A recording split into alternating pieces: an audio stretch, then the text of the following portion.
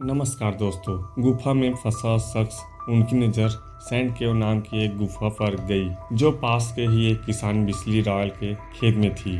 वो जगह रोड के पास थी और उन्हें उम्मीद थी कि वहाँ बहुत लोग आएंगे। फ्लाइट ने किसान से डील की और प्रॉफिट बांटने के लिए कहा। 30 जनवरी 1925 को पहली बार उस गुफा के अंदर गए। उन्होंने अपने साथ सिर्फ एक केरोसिन लालटेन लिया था। अंदर जाकर उन्हें कई सकरी दरारें मिली जिसमें से गुजरने के लिए उन्हें अपने शरीर को काफी सिकोड़ना पड़ रहा था।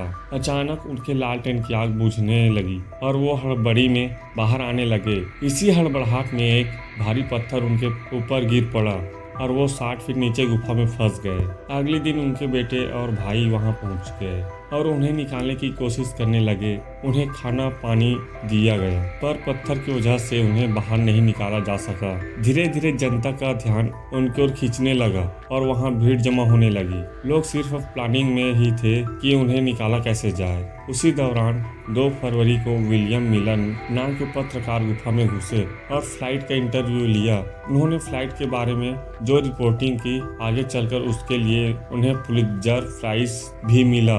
पुलिस और फायर रेस्क्यू टीम भी वहां पहुंच चुकी थी। उन्हें रस्सी के सहारे निकालने की कोशिश की जा रही थी। 50,000 लोग जमा हो गए थे। धीरे धीरे ये राष्ट्रीय मुद्दा बन गया और वहां सैकड़ों लोग पहुंच गए इस रेस्क्यू ऑपरेशन को देखने के लिए। यही नहीं, भीड़ देखकर रेहड़ी वाले खाने पीने के सामान भी वहां बेचने लगे। रिपोर्ट के अनुसार उस वक्त वहां 50,000 लोग मौजूद थे जो फ्लाइट की कंडीशन देखने आए थे। पुलिस को भीड़ नियंत्रण करने के लिए अलग इंतजाम करने पड़े। लोग सामने से गुफा को काटने लगे पर कई दिनों की बारिश बार बार दीवार से रगड़ने की वजह से गुफा टूटने लगी और फ्लाइट खींच कर और नीचे चला गया, जिससे रेस्क्यू टीम से वो ज्यादा दूर हो गए। इसके बाद उस गुफा के बगल से नया छेद बनाकर अंदर जाने की कोशिश शुरू हुई पर 16 फरवरी तक ही वो फ्लाइट तक पहुंच पाए थे। हालांकि तब तक बहुत देर हो चुकी थी। फ्लाइट की मौत हो गई थी। वो 2 हफ्तों तक बिना खाना पानी के रहे थे जिसके कारण उनकी मौत हो गई थी।